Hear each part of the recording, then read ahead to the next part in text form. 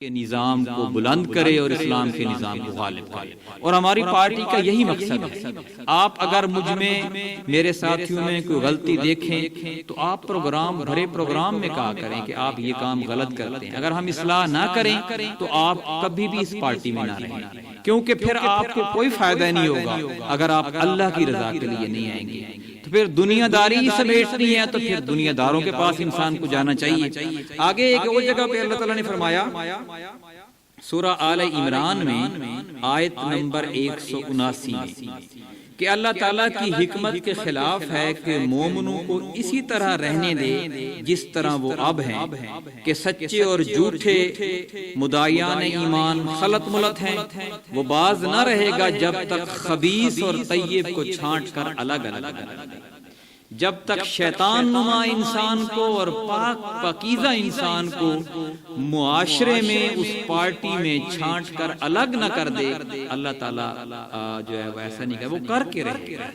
اور تحریکوں میں ایسا ہی ہوتا ہے۔ آپ دیکھیں نبی کریم صلی اللہ علیہ وسلم نے جو تحریک شروع کی، اسی میں آپ صلی اللہ علیہ وسلم کو بتایا جاتا تھا کہ فلاں فلاں جو شخص ہے وہ آپ کی پارٹی میں منافق ہے، لیکن آپ پھر بھی اس کو ساتھ رکھتے تھے۔ چلو نماز پڑھتا ہے جتنی حد تک چلتا ہے چلے، جب تک وہ آیت واضح نظر، عبداللہ بن ابی کا آپ جنازہ پڑھانے کے لیے کھڑے ہوئے اور پھر وہ آیت نازل ہوئی، پھر آپ نے اس کا جنازہ نہیں پڑھایا۔ اس سے پہلے تو آپ منافقین کے بھی جنازے پڑھاتے تھے، مطلب ہے کہ حالانکہ آپ کو پتہ ہوتا تھا کہ فلاں شخص جو ہے وہ اس کا تحریک کا غدار ہے۔ تو اللہ تعالیٰ کوئی بھی پارٹی بنتی ہے اگر وہ خالصتاً اللہ کی رضا کے لیے ہوتی ہے تو اس میں مخلص اور منافق کو اللہ تعالیٰ علیحدہ جلدی کر دیتا ہے۔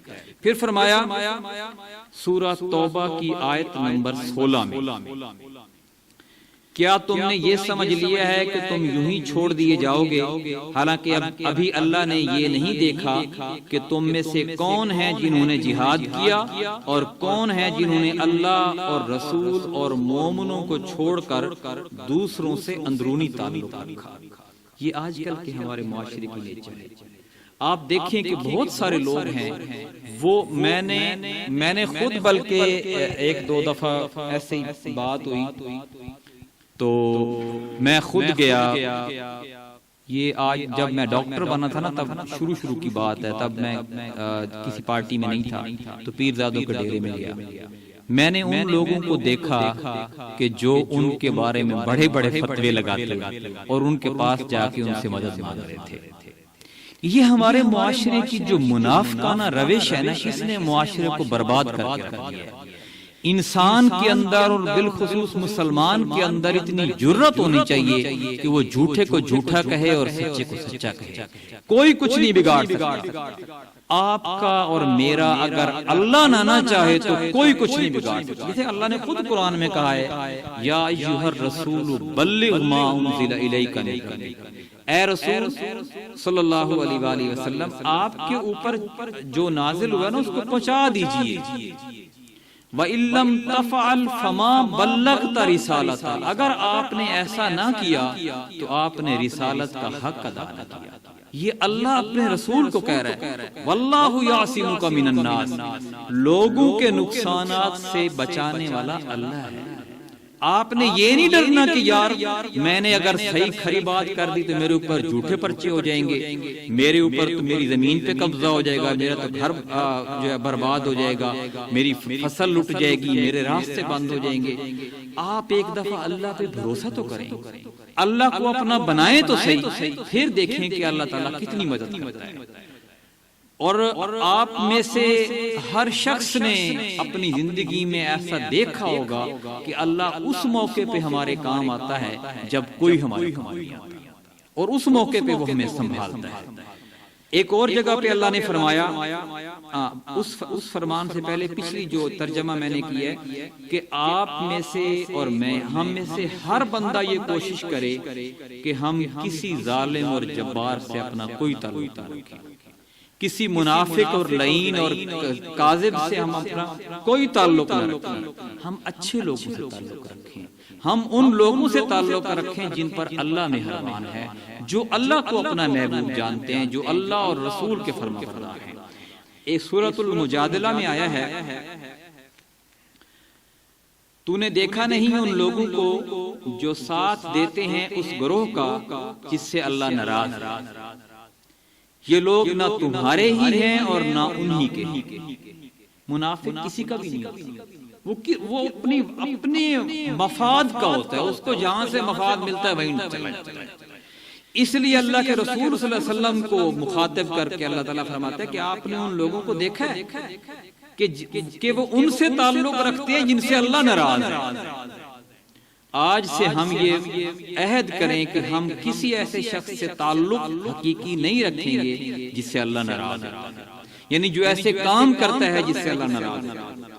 آگے فرمایا یہ لوگ نہ تمہارے ہی ہیں اور نہ انہی کے ہیں، یہ تو شیطان کی پارٹی کے لوگ ہیں، اور خبردار رہو کہ شیطان کی پارٹی والے ہی نامراد رہنے والے ہیں۔ یقیناً جو لوگ اللہ اور رسول کا مقابلہ کرتے ہیں، یعنی دین حق کے قیام کے خلاف کام کرتے ہیں، وہ شکست کھانے والوں میں ہوں گے۔ اللہ کا فیصلہ ہے کہ میں اور میرے رسول غالب ہو کر رہیں گے، یقیناً اللہ طاقتور اور زبردست ہے۔ لیکن آج تو اسلام مغلوب ہے، اسلام کہیں بھی غالب نہیں ہے۔ آپ جس پارٹی کو بھی لے لیں، کوئی بھی اسلام کی بات نہیں کرتا، سارے لوگ اپنی پارٹی کی مفاد کی بات کرتے ہیں۔ ایک پاکستان مسلمانوں کا ملک ہے، یہاں پہ بھی اسلام مغلوب ہے، یہاں پہ بھی انگریزوں کا قانون ہے۔ جیسے وکیل صاحب فرما رہے تھے کہ آپ دیکھ لیں کہ کوئی بھی جج قرآن کے مطابق تو فیصلہ نہیں کرتا، یہ سارے وہ انگریزوں کے جو ایسٹ انڈیا کمپنی جو قانون لائی تھی اسی کے مطابق فیصلے کرتے ہیں۔ اور پھر باقی دنیا تو غیر مسلم ہے، اکثریت وہ تو ویسے ہی غیر مسلم ہے، تو اسلام تو کہیں پہ بھی غالب نہیں ہے۔ ظاہر ہے اسلام کو غالب کرنے والے مسلمانوں میں وہ ایمان ہی نہیں ہے، اس طریقے کی تحریک ہی نہیں ہے، اس طریقے کی جماعت ہی نہیں ہے کہ جو پوری دل جوئی سے جان و مال قربان کر کے رات دن ایک کر کے اپنی زندگی کی جمع پونجی لگا کر اس دین کی سربلندی کے لیے کوشش کرے۔ ایسی تحریک ہی نہیں ہے معاشرے میں۔ جب تک مسلمان ایسی تحریک کو نہیں بنائیں گے اور خود اس تحریک میں شامل ہو کر سر دھڑ کی بازی نہیں لگائیں گے، کبھی بھی یہ اسلام غالب نہیں آ سکتا۔ اور اگر اسلام غالب نہیں آئے گا تو ہم سارے مجرم ہیں، اور ہم سب سے قیامت والے دن جو ہے وہ اس کا حساب لیا جائے گا۔ اور ایک آخری جو نکتہ ہے کہ ہم اکثر یہ بات کرتے ہیں کہ یار مشکلات بہت ہیں۔ آپ جب بھی جہاد شروع کرتے ہیں، آپ جب بھی اسلام کی بات کرتے ہیں، ظاہر ہے آپ کے مقابلے میں کوئی ایسا دین ہوتا ہے جو غالب ہوتا ہے، جو طاقتور ہوتا ہے، جس کے پاس دولت ہوتی ہے، جس کے پاس اختیارات ہوتے ہیں، جس کے پاس نوکریاں ہوتی ہیں، جس کے پاس رزق کی کنجیاں ہوتی ہیں، جس کے پاس موت کی جزا سزا مطلب پرچے کرانے، اندر کرنے باہر کرنے کے اختیارات ہوتے ہیں۔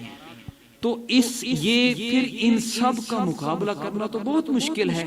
یہ اکثر ہم بات یہ سوچتے ہیں، یہ آج کی بات نہیں ہے، یہ شروع سے ہی ایسا ہے۔ جب بھی اسلام کے نام لیوا اٹھے ہیں، ظاہر ہے کوئی نہ کوئی تو مذہب، کوئی نہ کوئی تو دین پہلے سے قابض تھا، جس کا مقابلہ مسلمانوں نے کیا اور پھر مسلمانوں نے اس کو مغلوب کیا اور خود غالب ہے، اور آج بھی ایسے ہی ہے۔ ظاہر ہے طاقت تو حکمران پارٹی کے پاس ہے۔ آپ اپنے خیرپور کی بات کر لیں تو 2-3 خاندان ہیں جن کے پاس طاقت ہے۔ چیمہ ہو گیا، یہ پیرزادے ہو گئے، چند ایک گردیزی ہو گئے، یا کوئی 1-2 خاندان اور ہوں گے جن کے پاس طاقت ہے، جو اقتدار تک پہنچتے ہیں، پھر وہ نوکریاں اپنے من پسند بندوں کو تقسیم کرتے ہیں، پھر وہ اس اقتدار کی ہوس میں اپنی مرضی جو ہے وہ لوگوں پر مسلط کرتے ہیں۔ ان کا مقابلہ ایک ایسا بندہ جو صبح سے لے کر شام تک دیہاڑی کرتا ہے، 700-800 کما کے لاتا ہے، جس کی رہنے کی جگہ تک اپنی نہیں ہے یا کسی کی ہے، جس کے پاس کوئی چج کی سواری نہیں ہے، جس کو کوئی صحیح الفاظ نہیں بولنے آتے، جس کی کوئی جائیداد نہیں ہے، تو وہ کیسے کر سکتا ہے؟ یہ بات ہمیں قرآن بتاتا ہے، اللہ کا کلام بتاتا ہے، رسول کا فرمان بتاتا ہے۔ اللہ فرماتے ہیں کہ وَلَا تَهِنُوا وَلَا تَحْزَنُوا، دل نہیں توڑنا، دل چھوٹا نہیں کرنا، دل شکستہ نہ ہو، غم نہیں کرنا کہ ان کے پاس تو بہت کچھ ہے اور میرے پاس کچھ بھی نہیں ہے۔ وَلَا تَهِنُوا وَلَا تَحْزَنُوا وَأَنْتُمُ الْأَعْلَوْنَ إِن كُنتُم مُؤْمِنِينَ، تمہیں میں غلبہ دوں گا اگر تم مومن ہو۔ اور یہ ایسا ہوتا رہا ہے، تاریخ اس بات سے بھری پڑی ہے کہ مسلمان کم تھے۔ آپ دیکھیں یہ جو غزوہ تبوک پیش آیا، غزوہ تبوک مدینہ سے جو سمندر کی پٹی کے ساتھ یہ پورا راستہ جاتا ہے، جس میں جتنی بھی بڑی بڑی قومیں جو آباد ہوئیں اور جہاں پہ ان کا علاقہ ختم ہوتا ہے اور پھر روم کی سلطنت شروع تھی اور اس کی سرحد پہ یہ غزوہ جو ہے وہ ہوا۔ تو اس سے پہلے غزوہ موتا ہوا تھا، اس میں دیکھیں کہ مسلمان ان کا 30 بندہ مسلمانوں کا ایک تھا۔ 30 اور 1 کا مقابلہ ہوتا ہے، یعنی اب یہاں پہ 30-40 بیٹھے ہوئے ہیں، میں اکیلا آپ لوگوں کا مقابلہ کر سکتا ہوں؟ کبھی بھی نہیں کر سکتا، چاہے میرے پاس جو کچھ بھی ہو۔ اور وہ بھی کہ وہ اسلحے کے لحاظ سے بھی زنگ آلود ان کی تلواریں ہوتی تھی مسلمانوں کے، چند ایک گھوڑے ہوتے تھے، اونٹ بھی چند ایک، روٹی بھی صحیح طرح پوری نہیں ہوتی تھی، گال پچگے ہوئے، پیٹ جو تھے وہ کمر کو لگے ہوتے تھے، غربت نے ان کی جان نکالی ہوتی تھی، لیکن اس کے باوجود بھی کم تعداد کے باوجود ان کو غلبہ اللہ تعالیٰ نے دیا۔ آج ہم بھی اگر نیک نیتی سے کوشش کریں، کسی اور مقصد کے لیے نہیں، صرف اللہ کی رضا کے لیے، کسی اور کی خوشی کے لیے نہیں، صرف اللہ کی خوشی کے لیے، تو اللہ تعالیٰ ہمیں بھی غلبہ دے گا۔ اللہ تعالیٰ سے دعا ہے کہ ہمیں اسلام کی سربلندی کے لیے دن اور رات ایک کرنے کی توفیق عطا فرمائے۔ جزاک اللہ، بہت آپ تمام لوگوں کا بہت شکریہ۔